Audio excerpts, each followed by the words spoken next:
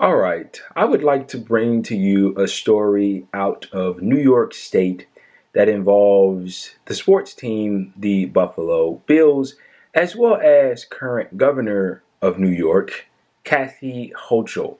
Now, this is absolutely stunning for several reasons that I'll get into, but this is a case of us, the consumer, the taxpayers, the mass of people, quite literally being robbed by the top 1%, by our corrupted political leaders, by the people who run/own our government. So I'm going to read to you a title of an article from the New York Times, just the title, and it'll give you a general sense of what's going on here.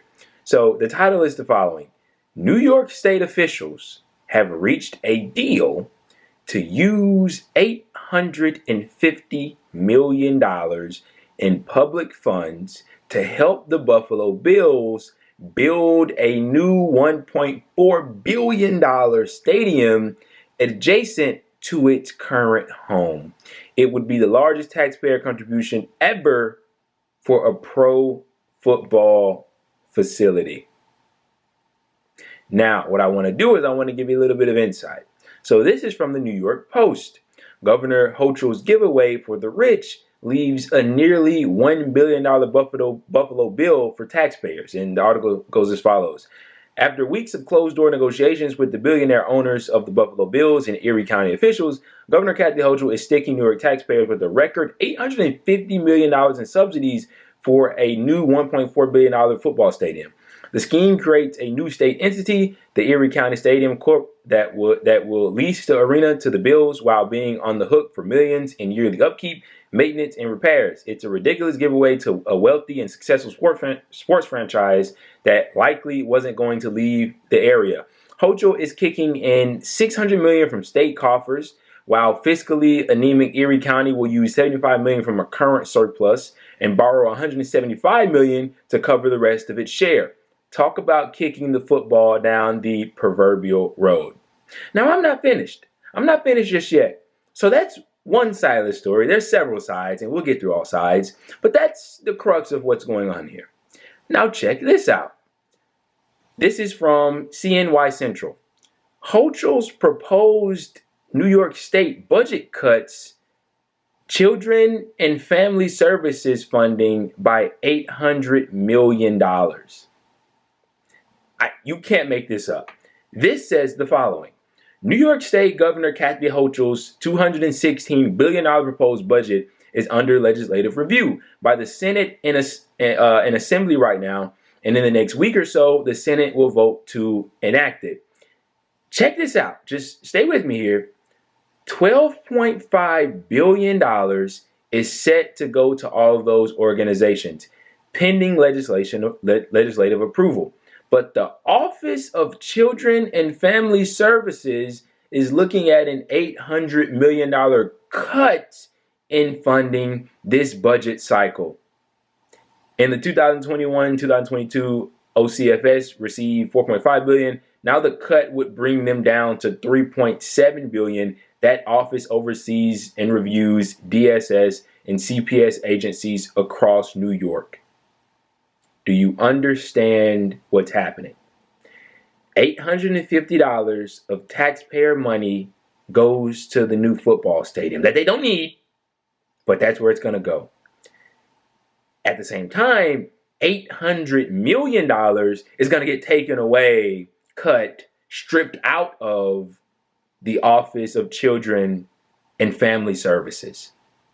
Football, Children and Family Services. But remember, as I said in the beginning, there's multiple sides to this. There's one more side. I'm not done just yet. And this side may potentially be the most damning. This is once again from the New York Post. The title of the article is the following: Hochul's husband to potentially benefit big from Buffalo Stadium costing New York $850 million. Well, their pop goes to fucking weasel.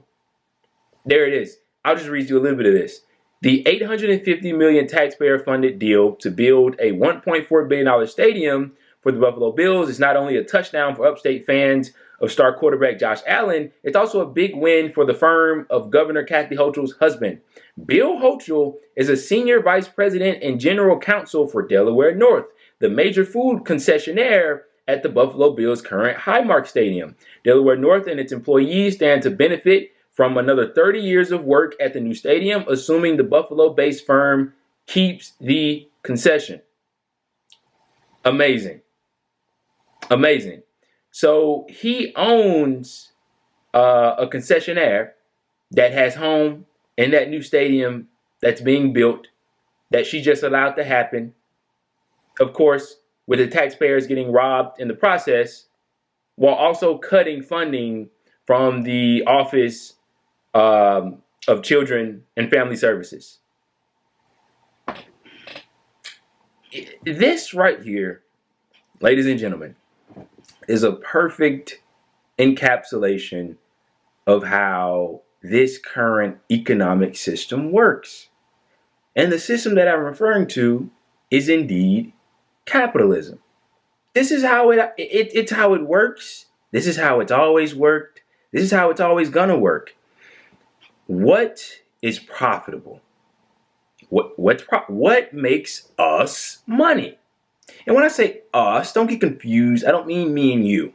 We don't matter in the grand scheme of things here. What makes that literally less than 1% money?